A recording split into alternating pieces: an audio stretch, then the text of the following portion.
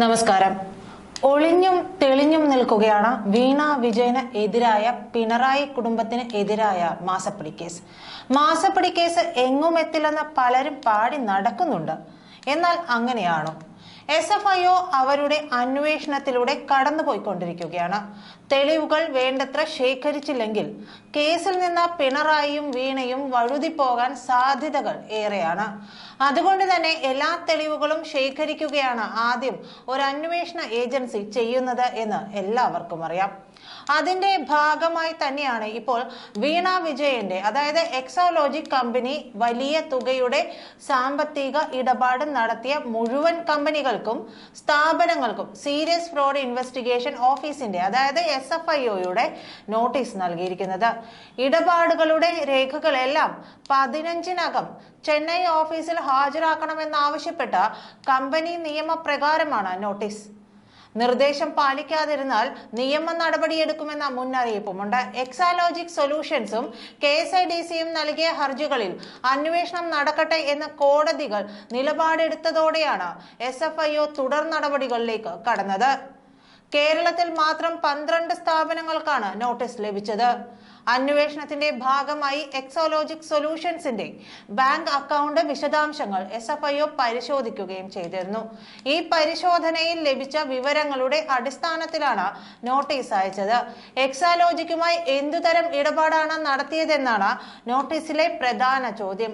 ഉൽപ്പന്നമോ സേവനമോ നൽകിയതിന് എക്സാലോജിക്കുമായി ഏർപ്പെട്ട കരാറിന്റെ പകർപ്പ്, വർക്ക് ഓർഡർ, ഇൻവോയ്സ് എന്നിവയുടെ പകർപ്പ് എന്നിവയെല്ലാം ആവശ്യപ്പെട്ടിട്ടുണ്ട്. അന്വേഷണത്തിന്റെ ഭാഗമായി ബന്ധപ്പെട്ട കമ്പനികളിൽ നിന്ന് രേഖകൾ വിളിച്ചു വരുത്തുന്നതിനുള്ള വകുപ്പ് 217(2) പ്രകാരമാണ് SFIO ചെന്നൈ ഓഫീസിലെ K. പ്രഭു നോട്ടീസ് അയച്ചത്. 2016-17 മുതലാണ് എക്സോലോജിക്കിന് കർത്തയുടെ കരിമണൽ കമ്പനി അക്കൗണ്ട് വഴി പണം കൈമാറിയത്. IT അനുബന്ധ സേവനത്തിനാണ് പണം നൽകിയതെന്നാണ് CMRന്റെയും എക്സോലോജിക്കിന്റെയും വാദം.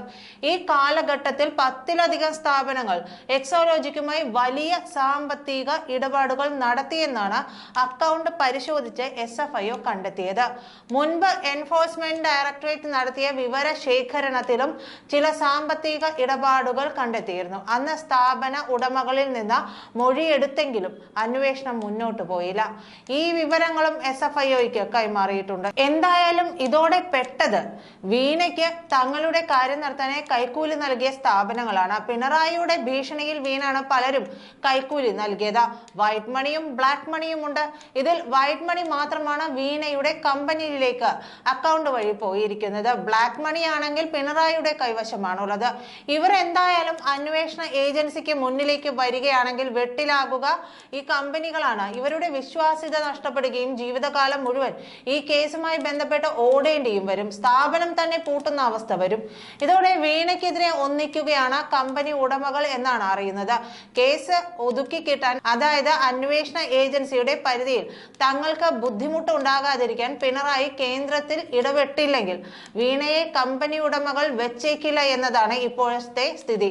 അങ്ങനെ ഒരു അന്വേഷണ വിധേയമായി അവർ ചോദ്യം ചെയ്യലിന് എത്തിപ്പെടുകയാണെങ്കിൽ, അങ്ങനെ അവരെ മാനസികമായും ശാരീരികമായും പീഡിപ്പിക്കുന്ന ഒരു അവസ്ഥയിലേക്കൊക്കെ വന്നാൽ അവർ എല്ലാ കാര്യങ്ങളും, വൈറ്റ് മണിയുടെ വിവരങ്ങൾ മാത്രമല്ല പറയുന്നുണ്ടാവുക, പിണറായിക്ക് നൽകിയ ബ്ലാക്ക് മണിയുടെ കാര്യങ്ങളും പറയും.